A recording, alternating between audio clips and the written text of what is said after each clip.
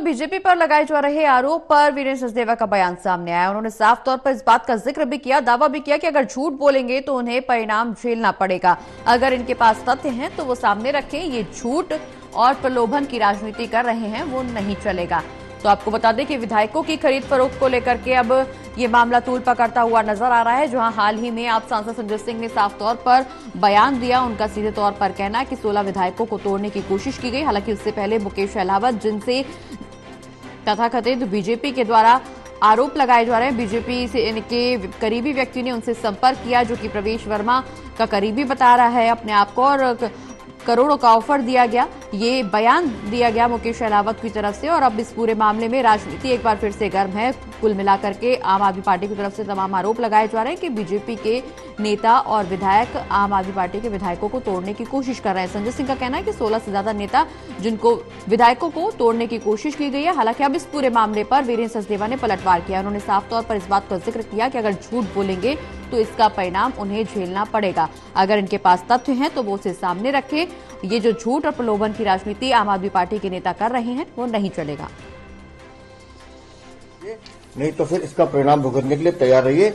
और मैं बार बार कह रहा हूं, आप जिस तरह की घटिया राजनीति करते हैं, दिल्ली वाले इस राजनीति को पसंद नहीं करते। हर चुनाव से पहले, चाहे निगम का चुनाव हो, लोकसभा का चुनाव हो, आपका ये प्रोपेगेंडा चालू हो जाता है।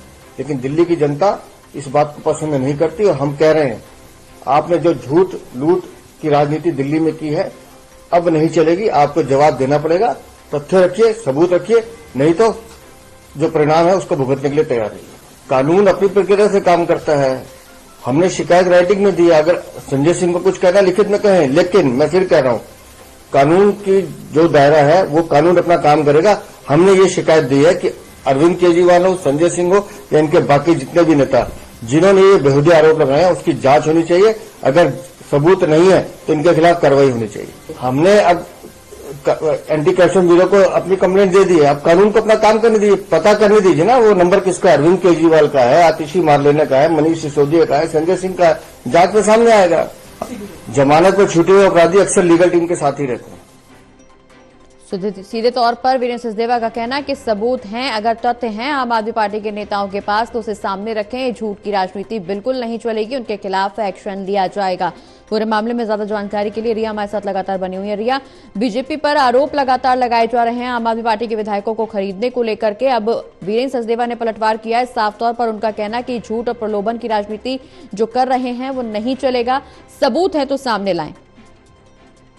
जी देखिए, बिल्कुल पॉजिटिव, क्योंकि दिल्ली बीजेपी के जो अध्यक्ष है वीरेंद्र सचदेवा ने, उन्होंने एक तरह से आपके व्यक्ति की प्रतिक्रिया जो है इस पूरे मामले को लेकर दी है। क्योंकि एलजी को पत्र लिखा गया, जिसके बाद एलजी ने आदेश दिए कि जांच जो है उसे आगे बढ़ाया जाए और जांच को किया जाए। हालांकि अगर बात करें तो ये कहा जा रहा है वीरेंद्र सचदेवा के माध्यम से कि संजय सिंह और अरविंद केजरीवाल अगर इस तरह का झूठ बोलेंगे या फिर इस तरीके के जो बयान है, झूठे बयान जो है, अगर वो देंगे, दिल्ली की जनता को कहीं ना कहीं पर भ्रम में रखने की कोशिश करेंगे, तो उनका जो परिणाम है उन्हें वो झेलना पड़ेगा। इस तरीके से जो वीरेंद्र सचदेवा है उनका कहना है।